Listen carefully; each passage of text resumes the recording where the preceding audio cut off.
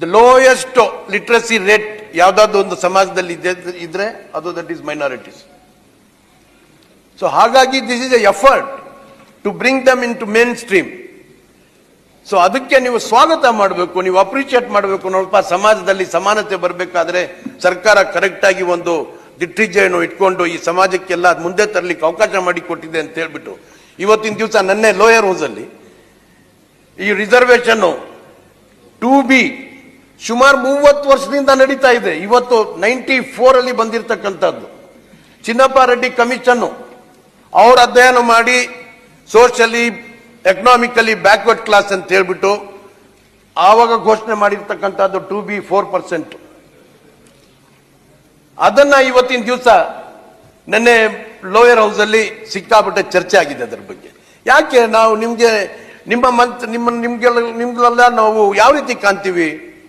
ನಾವು ಏನೋ ಕಾಡು ಪ್ರಾಣಿಗಳು ಕಾಣ್ತಾ ಇದೀವ? ನಾವು ಮನುಷ್ಯರೇ ಸ್ವಾಮಿ. ನಮ್ಮಲ್ಲಿ ಎಸ್ ಬ್ಯಾಕ್ವರ್ಡ್ನೆಸ್ ಇದೆ. ನಮ್ಮಲ್ಲಿ ನಾವು ನಿಮ್ಮ ಜೊತೆಗೆ ಬರಬೇಕು ಅಂತ ಆಸೆ ಪಡ್ತೀವಿ. ನಾವು ಮೇನ್ ಸ್ಟ್ರೀಮ್ ಅಲ್ಲಿ ಬರಬೇಕು ಅಂತಿದೀವಿ.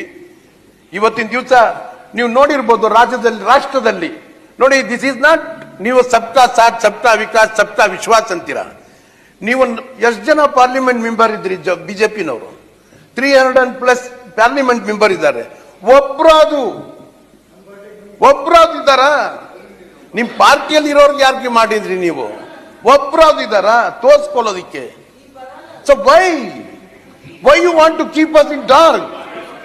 Y you treat us like this? ಯಾಕೆ ಈ ರೀತಿ ಟ್ರೀಟ್ ಮಾಡ್ತೀರಾ ನಮ್ಮನ್ನ? ಒಂದು ಈ ರಾಷ್ಟ್ರದಲ್ಲಿ ಅಲ್ಲ, ನಾರಾಯಣ ಸ್ವಾಮಿ ಒಂದ್ ನಿಮಿಷ ಫಿನಿಶ್ ಮಾಡ್ತೀನಿ.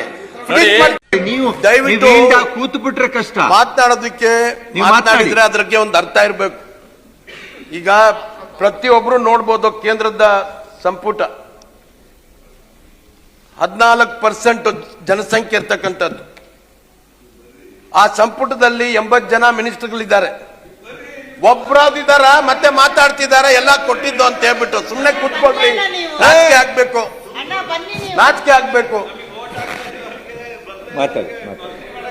ಆಯ್ತು, ನೀವು ಈಗ ನಾರಾಯಣ ಸ್ವಾಮಿ ಎದ್ದೊಟ್ಟೋದ್ರು. ಕಾಂಗ್ರೆಸ್ನವರು ಇಂಡಿಯಾ ಗೇಟ್ ನೋಡಿರ್ಬೋದು. ವಿಶ್ವನಾಥ್ ಅವರೇ, ನೀವು ಡೆಲ್ಲಿಯಲ್ಲಿ MP ಆಗಿದ್ರಿ, ನೀವು ನೋಡಿದ್ರ ಇಂಡಿಯಾ ಗೇಟ್ ಅಲ್ಲಿ ಹೋಗ್ಬಿಟ್ಟು ಒಂದ್ ನಿಮಿಷ ನೋಡಿ ನೀವು ಎಷ್ಟು ಹೆಸರುಗಳಿದ್ದಾವೆ ಅಂತ ಹೇಳ್ಬಿಟ್ಟು. 36,000 ಹೆಸರುಗಳು ಮುಸಲ್ಮಾನರಿದೆ ಹೋರಾಟದಲ್ಲಿ ಸತ್ತಿರ್ತಕ್ಕಂಥದ್ದು. ಎಷ್ಟೋ 36,000 ಹೆಸರುಗಳಿದೆ.